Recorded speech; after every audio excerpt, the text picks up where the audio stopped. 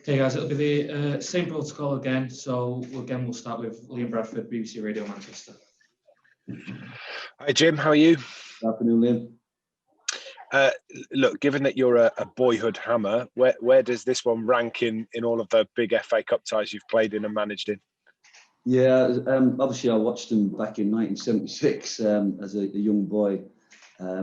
So I had some great memories of Upton Park. So I had a great day as a Stockport County player when we were in League One and we played West Ham, Harry Redknapp's West Ham back in the 96-7 season. Got a great draw at Upton Park, brought them back to Edgeley and beat them. So for me, I've enjoyed those great experiences playing as a player against Premiership sides. So now it's for a turn for my players who perhaps this might be their first time to play against a Premiership side in a serious competition. So hope they enjoy it as much as I did at Upton Park. You've maintained from the very start of this that it's been all about your players, you wanting them to experience some of the things that you managed to experience as a player. How easy has that been to get across to them that they've got to enjoy this rather than getting too stressed about it? Well, there's going to be a natural concern and stress that they'll be worried about West Ham naturally. But I think if we've got any experiences, we were fortunate to get an opportunity to play against Rochdale, and they all stood up that day. They played the game really well and enjoyed the occasion. And all I want from them in this particular game is just to go play the game, but enjoy the occasion as well. But if they play the game well and as well as they can, I'm sure that they'll enjoy it a lot more. Yeah, and it's a great occasion for them. And like I said, it's them that's going to be on the grass. It's them that's going to be kicking every ball, heading every ball, them making the tackles. So they're the ones that will shine on the day. Fortunate enough to drive through Edgeley every day, so I sort of see the gradual progress that's being made in terms of the transformation of your ground, and it looks fantastic. Has that come with any pressure maybe for you to transform the team as well? Naturally, but like over the last 5 years, when I came in, we've had steadily improvements. We've moved from part-time to this hybrid model. We added where we could without taking any chances, really. We wanted sustainability and steady success, and we got that. Obviously, Mark Stott's come in now, and there's a real opportunity for us to kick on at maybe an increased pace. And, he's provided all the tools for that. Yeah, we've gone full-time. You've seen the transformation of Edgeley Park. We've got Carrington now. We've gone full-time. We've added some players with great experience. So, yeah, naturally there's pressure, but there'd have been huge pressure on me to go into this season with last year's board and playing hybrid to try and compete again. So for me, they've given me everything to be successful. So in that sense, I can only be eternally grateful that we've got an opportunity now to have a sixth and a seventh year of continued success and growth. And if we do that, we'll obviously do really well in the league. And this game is probably a sign of how far the club has come in this 2020, and we were able to start 2021 with a bang. Finally, from me, Liam was saying that there are structures and ways that you want to play the game. So I thought, who better to ask than you about what they are? So, how would you describe your philosophy, to coin a Louis van Gaalism? I think anybody that's ever worked with me from day one at Stockport all the way through to the 500th game last Saturday would understand that we play the game in the right manner. We normally win the Fair Play Award. We're very disciplined. We're very organised. We've got some great details on set plays for and against. But I do want my teams to play. The modern game sometimes doesn't allow you because teams are so good at defending. We have to be tactically flexible. We have to be knowledgeable. But that's why we've invested in people like Liam and John Rooney. They know how to play the game when you can play, and they know how to defend when you have to defend, and they know how to be effective when you can't be either of those. We've got some philosophies, but I've always said that any success we have is my philosophies, their qualities, and knowing what works at your level. And for this particular game, that I'll organise them, but it'll be about them showing their skills and doing the right things to be successful against West Ham. And if all those three things come together, we might have a chance of giving ourselves a really good performance and equipping ourselves well enough maybe to get a result. Jim, thanks very much, and good luck for Monday. Thank you. Ian Abrahams, Talksport. Hi Jim, how are you? Good afternoon, Ian. You okay? I'll try not to turn this into a West Ham love fest as you're a Hammers fan like me. So I spoke to Julian Dix the other night ahead of this game, and to be honest, all the two of us can remember was Ian Dowie's header and the fact that West Ham's star striker was Harvey Nichols at the time when he won the League Cup tie 25 years ago. You were on the pitch. Give us a few more memories of that game. Well, we were talking about this in the office, who the star striker was. Are you referring? Florian Radichoyu. Yeah, no, don't. Look, we played against him in the first game, and I was delighted he didn't play in the second game. Rapid and quick. And obviously for me, being somebody that was on the terraces of Upton Park or Bloom Ground from 1976 as a young boy, and never dreamt I'd ever play for West Ham or play professional football or to ever play on that pitch. So, but County made that possible for me. So it was a brilliant. I still remember the feeling now from that game. Now to get a draw and get West Ham back to Edgeley was extra special. Bumper crowd. And that infamous goal, because I think Ian Dowie was marking me at the time, and I lost flight of the ball from the long throw. Then it got popped back in, and I didn't know where the ball was. But I always say that if he didn't head it in the goal, he was heading it to me anyway. So, but yeah, it's a game he'll want to forget. But fantastic servant Ian Dowie that day. But no, Radichoyu was missing. But I think as the first game against Blackburn and all the way through Southampton and West Ham, all the way to Middlesbrough, we've shown that we were a team perhaps a cut above League One at that time, the way we played, especially in those matches. So it wasn't a one-off. It became, 4 or 5 games that season where we beat Premiership opposition. So it just shows how good that group was at that time. I mean, there's no Brookings and Bonds like you and I grew up watching, but there is Declan Rice, and obviously Mark Noble, who's been there for so many years. What are you expecting the team to look like that you face? Because I guess you've almost got to try and coach as if you're playing 2 matches, one West Ham's first team or one West Ham's slightly changed weakened side. I don't know if they'll be weak when I look at their bench. Now, looking at what they did this season against Hull, even with a weakened team, giving some young players a chance, they won 5-1. But if you look back to last year when they played in the FA Cup, it was a very much a first-team squad. If you made any changes, it was the lads off the bench. So Noble doesn't weaken them, Lanzini doesn't weaken them, Antonio doesn't weaken them. So they're going to be a very strong side, no matter what 11. And they always got the fallback plan of being able to bring on 5 more in this particular round. So we expect a very strong side. Maybe they'll be wise about the usage of 1 or 2 players that maybe they're working back to fitness and that they can play without any risk. But it's not because it's Stockport County at Edgeley Park. It's because they want to win this game and they want to be in the hat for the next round and they want to have a successful season. And that means finishing somewhere near the top 6 and having a really good journey in the FA Cup. So David won't do anything less than that, I think. So we're in for a really tough game and we're going to be playing against a really strong side. I mean, last year they won at Gillingham, David Moyes' side, but before that, he'd gone out the cup at Wigan 2 years ago. Pellegrini had gone out the cup embarrassingly at Wimbledon the year before. They do trip up in these games. You know that. You and I would have seen that down the years. Yeah, of course. I mean, I played against with QPR in the 3rd round, and normally in January you have these pitches that are a bit hit and miss, and the emotion of the crowd can affect players to a level that they've never played to. So some of those aspects will be present, I'm sure. But like I said, like with Rochdale, we've got to play the game, not the occasion, and we've got to be really good at what we're doing. And we've got to try and restrict them at being good at what they're good at. That's my job, to kind of maybe create the environment and the mental state of mind to be able to do a good job and be competitive. And then if there's a chink of light, somebody is not right at the races for them, or a player wants to go shopping at Harrods or whatever it might be, we just might have a chance of edging ourselves to where it can become a little bit more competitive.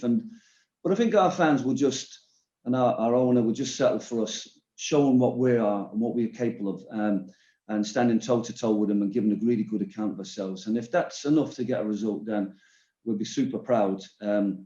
but we expect an extremely tough game. My last question was going to be that, I said this to Liam before, is that everyone loves the underdog to win. Everyone wants non-league sides to go do what Lincoln did a few years ago and get to the quarterfinals of the Cup. It's brilliant. But it just seems to me in these unprecedented times, everything's kind of conspired against that. As you already alluded to, there are more subs now, which means the team with the bigger squad has an advantage.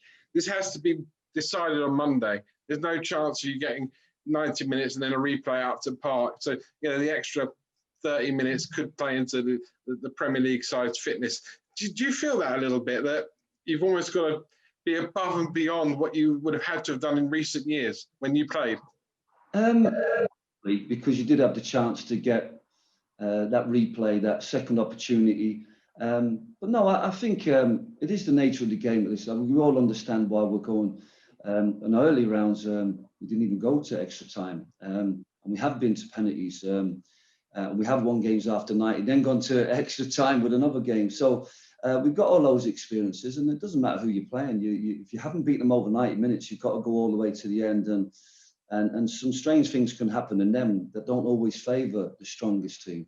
Now, we all lament the fact that fans can't be here. And when this draw was made, and everybody was getting excited for it, I was delighted we're at home, because there was a chink of light that tier 3 might move to tier 2, and we might have 2,000 fans, which would have felt like 10,000 at Edgeley for such a game. And, I've got tremendous memories of these games, and my players, and they're all enhanced by the fans and the connection with the fans. And for our young fans that never tasted this sort of game, it would have been a wonderful experience. It'll be slightly different now, because our fans will be sat at home. They might infect their children, their grandparents, all the people that will be watching the game with them.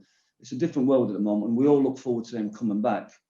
But it was always going to be a tough task, whether it's crowd, no crowd, Edgeley Park or Upton Park, 5 subs or 3 subs. But we know that people will recognise that Stockport County are a good side, and we're going to give ourselves a good account of ourselves. And if we do that, we'll walk away very proud. I wish you luck now. I mean, I don't know what to do. Have a good evening. How's that? No, thank you very much. Take care. Yeah. David Charlesworth, Press Association. Hi, Jim. You all right? David, I can't see you, but good afternoon. Yeah, I've tried to start my video, but it's not letting me do anything. You've touched on it there about the lack of fans there. Do you think? And obviously, people talk about the magic of the FA Cup. Is that diluted by fans not being able to attend? I think if we look at the last round and the draw for the FA Cup third round, there was definitely some magic there. Teams that surely beaten Peterborough, us going to Rochdale, and several other fixtures, and teams from non-league in the third round draw, being drawn at home to Spurs and West Ham and Derby County. The magic is still there. So for us players and managers to have these experiences, it's tremendous. The magic's there, but it's just a lament of everybody that the fans can't be there. And I think, if anything, that I would draw out of 2020 is that how important fans are, not just to create the atmosphere, but they get emotionally involved in the game and can sway the game. They can make things happen in terms of decisions and bring more out of players than you ever expected. So in that sense, we might miss their energy. And, this year and every year that we've always given our fans the 12th man, and we could have done with them against a team as strong as West Ham, but I'm sure in spirit they'll be there behind us on Monday night. Certainly, I think they will as well. Can I just ask about team news as well? Who's out injured, and any suspensions or anything like that? No suspensions. We've got a fully fit squad. We've got one player, Harvey Gilmore, that's working hard to get available for Monday. We've got no concerns in that regard, being able to put out a very good, strong 20. We've got some good young pros here that were involved on the bench in previous cup games. Our biggest fear, which is not spoken about probably, is that we've all been tested today. We're all asymptomatic. We're all feeling perfectly fine, but you just don't know what their results will bring. And you can see the carnage that's created in other games like Derby and Aston Villa. So fingers crossed that we don't lose 1 or 2 players. We're perfectly fit, maybe feeling no symptoms because they test positive. So it's going to be an interesting 24, 48 hours while we wait for those results to come in. Certainly. What's the matter with Harvey, if you don't mind me asking? It's just a slight muscle injury. He got a knock in training.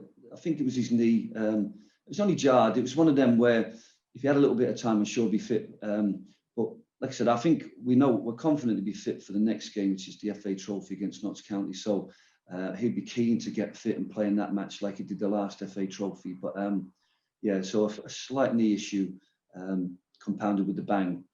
So again, it's we'll give him every opportunity. Perhaps if the game had been tonight or Saturday, then he definitely would have been out. But we'll give him every opportunity to be fit for Monday. Lovely stuff. Thanks very much for your time and all the best. You're welcome. Thank you very much. Sam Burns, Stockport Express. Hi, Jim. You okay? How are you, Sam? You okay? Yeah, good. Thanks, mate. Yeah. Just the one for me. Obviously, the team news was a big one. We've all seen kind of the positive impact that a cup run can have on your teams over the past few years. We had the title winning season with a good cup run there, even as far back as Watford away in the 9 in a row season, which kind of came just before that 9 in a row run. How important is a positive performance on Monday, regardless of result, in showing that it can really boost the lads kicking on for the league season? Well, there's so many ways that it can have a positive effect on the club, the fan base and the owner, because it's a good measure of success. But you alluded to that Watford game. And when we were under the trust ownership, when it was a principle of no money comes in, no money goes out, when you have a cup run and an extra 80,000 pound comes back into the club, it allowed us to bring in, to secure Adam Proudlock and bring in Anthony Pilkington, and the difference they made over the course of that season. So it can give you an injection of confidence, belief, and finances to be able to support.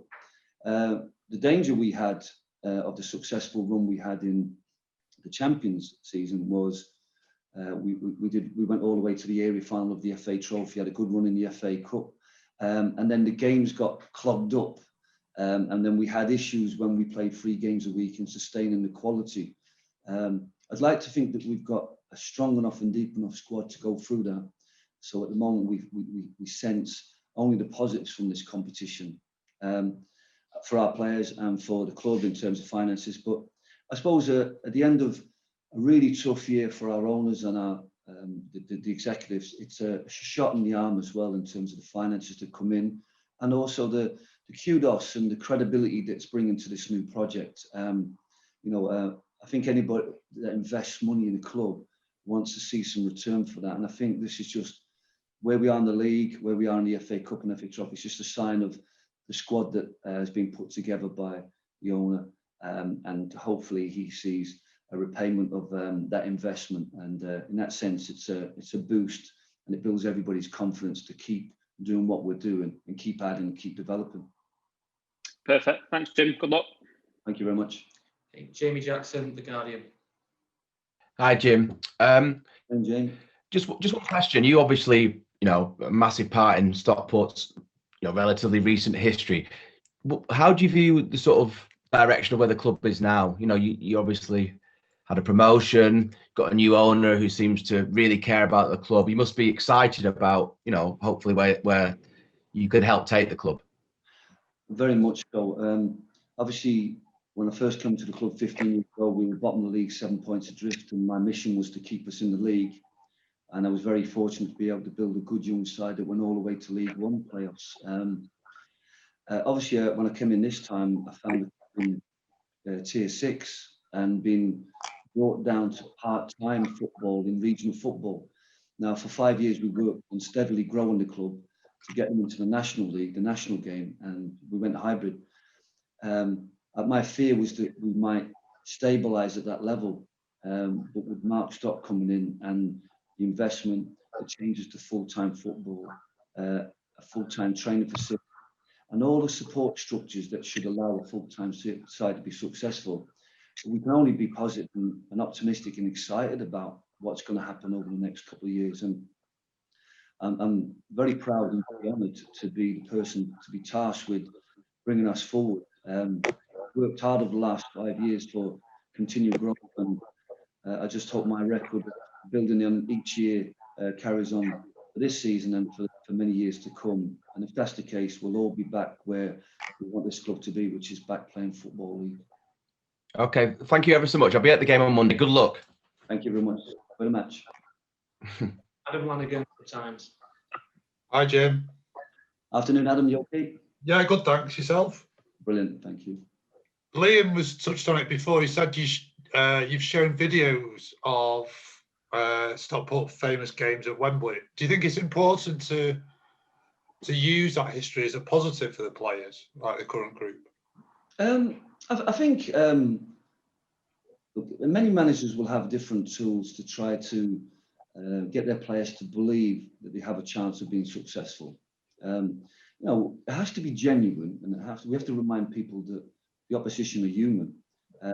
So whether you're a manager that wants to show every mistake that West Ham makes to show that they're fallible and that they're human, or whether you want to show inspiration of certain games in the past where teams have raised their game, individuals have raised their game to be able to compete against another team several levels higher.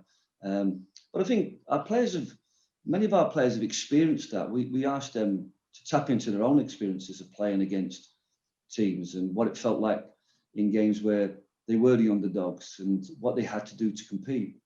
So there's many things that we can draw on. And I think this was the week to do that. And because we want to inspire them, not just to be successful in this game, but to inspire them to be successful over the course of the season and to want to play high level football as individuals or collectively.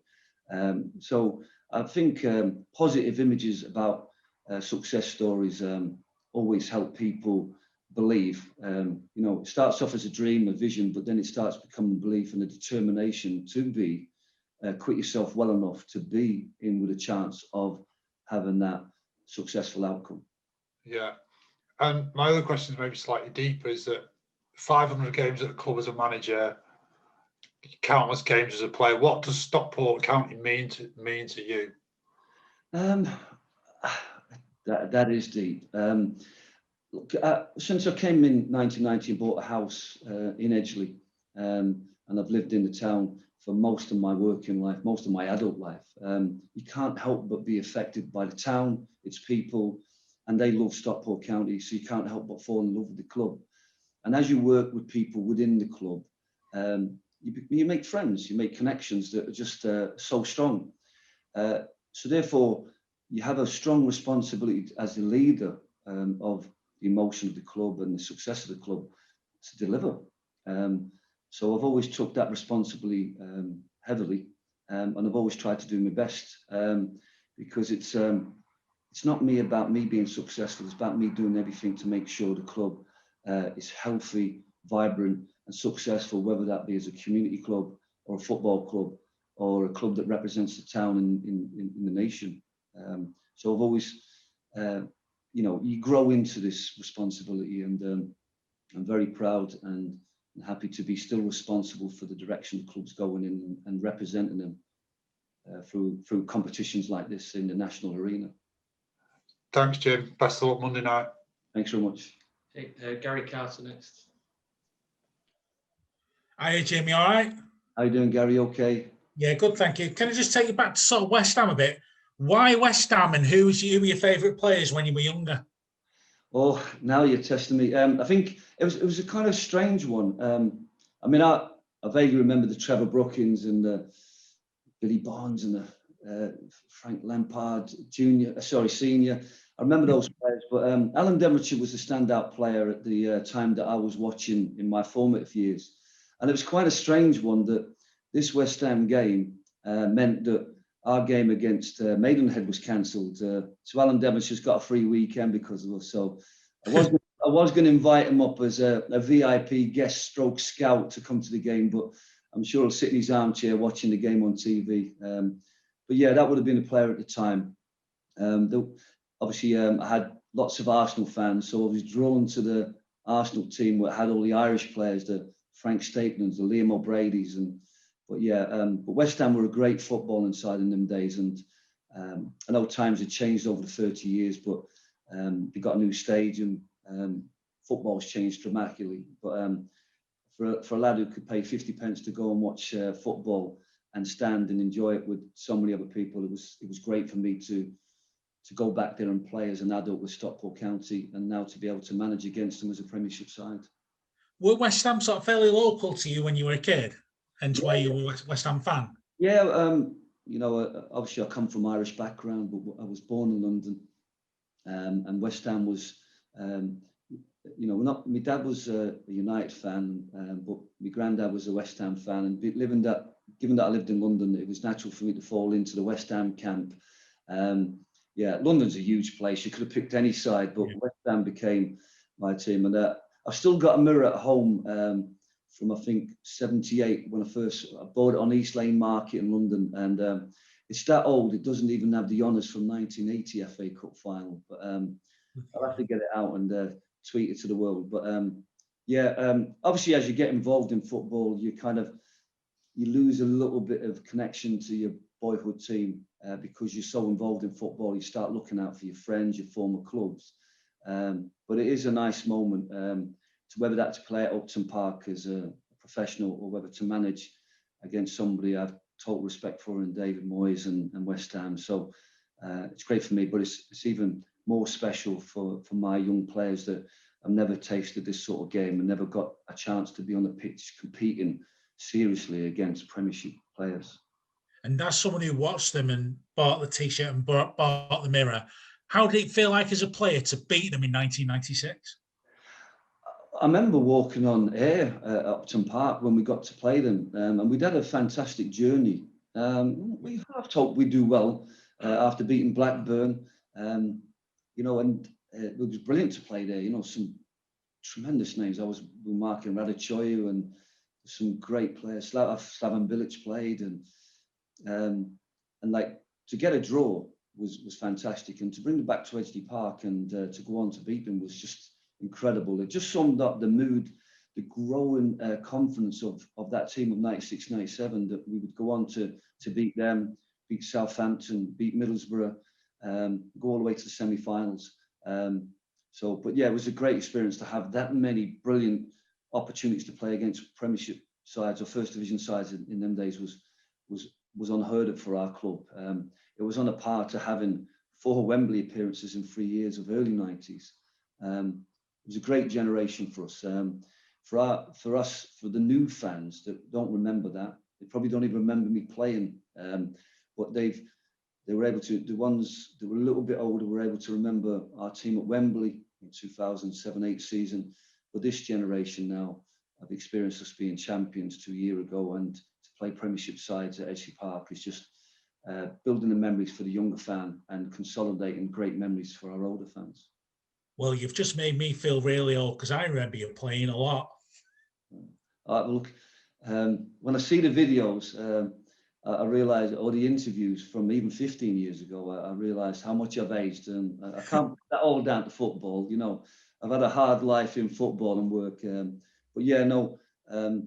Look, I feel young at the moment, because when you're involved in a team that's doing so well in the league and you're looking forward to a game like that, I feel like a kid again. Just lastly for me on the club itself, when you came back for the 3rd time, were you sort of surprised or shocked at how far the club had dropped in? It was in bottom half of National League North, and having been part of the team that finished 8th in what is now not so long ago. Yeah, look, at that time we had an owner that invested in the group, and a little bit like Mark Stott's project now, our players, I can tell them that I've lived that vision, that dream in the 90s. I came in at mid-table 2nd Division side and played in the team that got promoted in 91, 92, and was here for the 96, 97, and got to play regularly in the Championship. Half of my games were against top sides in the Championship as a Stockport County player, which is brilliant. So my players can enjoy that journey. But that was the success of that club at the time was very much about the drive and direction of the board. And for many years after Brendan Hill, we didn't quite have that. We had well-meaning people trying to make a good go at the club, and you know, but it becomes a vicious circle. So I wasn't shocked to see the club where they were, because they had the difficulties in ended up in non-league, and they found it very hard to compete effectively in an extremely competitive non-league environment, the National League.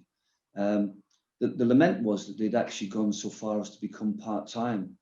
And you've got to remember, up until 2 years ago, we were part-time. We've tried to professionalise within. The old board were great. They're very stable. They brought sustainability. A stretch budget, if you want to call it that, where we invested and hoped that we'd bring success. And every year we broke even, but finished higher, did better in the cups, and kept growing to the point we're in the National League. But I think there was a limit to what that board perhaps could have achieved with that kind of approach. And I'm very fortunate that Mark Stott and the new owners have come in and are gearing us up for what we need to be successful at this level and for many other levels. And everybody's seen the signs of that in terms of how we've gone full-time, the commitment to the staff on full-time contracts, the quality of players we brought in, the changes to the stadium, and we're starting to look like a Football League club of a high level. What we need now is to make sure that we get the results and the performance on the pitch that bring us there. We're respectful of non-league, and it's a really tough league to get out of. But I think what we're doing in the league at the moment, and like I said, how far we come in the FA Cup, it's just a sign of the potential this group has to be successful this year. So 2020 has been a tough year for everybody, a tremendous year of transition for us, but we're really looking forward to a healthy 2021, and no better way to start it off with than a Premiership side at home in the FA Cup third round. Thank you very much, Jim, and very best of luck. Thank you. Thanks, Gary. Dave Crowther Green, Manchester Evening News. Hi, Jim. You mentioned that run in 96-97 where you had those couple of games. Would getting a win maybe against West Ham or just a respectable result, would that mark a new sort of history, to put it, within the club? I have to be honest, I think it'd be a much greater achievement for this group to beat West Ham. You've got to remember, we were a League One side. We were assembled with some players that were very good at League One and some that had come from Championship levels. So when we played those Premiership sides, albeit that they put out strong sides, to beat Matt Letizia scored at Southampton, we were 1-0 down, to come back and beat them 2-1, and to beat West Ham 2-1, to go to the Riverside and beat Middlesbrough 1-0, Blackburn 1-0, just shows the quality of that group. But they were a League One, and we were playing teams from 2 levels above. Now we're playing a team that's 4 levels above, in the top parts of the league, really strong outfit, a very strong first team group, and if they rotate from their bench to freshen their side up and able to use all 5 subs, we're facing a really tough ask. So if our players were to achieve success against him, I'd have to say that they will go down in our folklore, because it would be one of our greatest achievements as in the FA Cup. And I think would outshine any win from the history, whether it be the team of 96, 97 or before that. I don't think Stockport will have beaten somebody so far up the tree as this. And it'd be brilliant for our players. But again, it's a great occasion, but we have to focus on the game and make sure that we give a good account of ourselves, because we know these games can have wonderful outcomes, but we want to make sure that we don't come off that pitch saddened by the way we've played. So we have to make sure that we've performed really well, and make sure that we've played to our best, maximised ourselves, and then I'll be proud that they put that in, and whatever the result, I'll be proud of them. Brilliant. Good luck on Monday. Thanks so much. David Richardson, non-league paper. Hi, Jim. Hi, David. You okay? Yeah, not too bad. Thank you. Yourself? Very well, thank you. Good. What have you been able to do in terms of watching West Ham? Have you been able to get into any games, or has it all been on video or TV? I wish I could get to the games, but no. Yeah, I think it was a bit of a weird one, because when the draw was made, I think West Ham were live on Sky, and everybody said, turn over, get your scouting done now. But I was very conscious. We had 9 games. That was the fixture backlog we had from the FA Cup games previously, and the late start to the season. So yeah, no, we've upped. We had Eastleigh planned for Tuesday. We had 3 games over the Christmas period. We had Hartlepool the Tuesday before Christmas. So we've been going from one game to the other. But fortunately for us, we've had a full week of preparation for this game. Our analyst has been working really hard in drawing down the footage and watching it. I've been able to watch a lot of games in full, which I do for every opposition, whether that be Eastleigh or West Ham. We'll do the same thing. It is hard to judge for this game what the opposition might play, the changes they might make, and it's also difficult for us to plan because we would like to go in with the squad that we had from the last game, but if we get a couple of positive tests, we might have to think on our feet and adapt. But yeah, we've got a good idea. I mean, and Dave Moyes has got very strong patterns about his group. We expect him to be strong, physical, well organised, good footballers, great energy, really motivated professional players. It'll be an extremely tough game. We'll try and get the tactics right, but it'll all be about our players competing mentally and physically with theirs. Yeah, do you know David Moyes at all? Have you ever come across him before? I've come across him quite a lot. When I was at Stockport as manager, we took quite a lot of young lads on loan from Everton. And then when I was manager of Motherwell, we took the likes of John Ruddy and Lucas Djukovic on loan from Everton. So I had some dealings with David with that, and Alan Irvine. And then Alan obviously went to become manager of Preston. So both of them are great guys. Dave, I think, is when we look back at how many games he's managed and where his teams have finished, he's got to be amongst one of the top 10 Premiership managers of all time. Yeah, brilliant. Cheers, Jim. All the best on Monday. Welcome.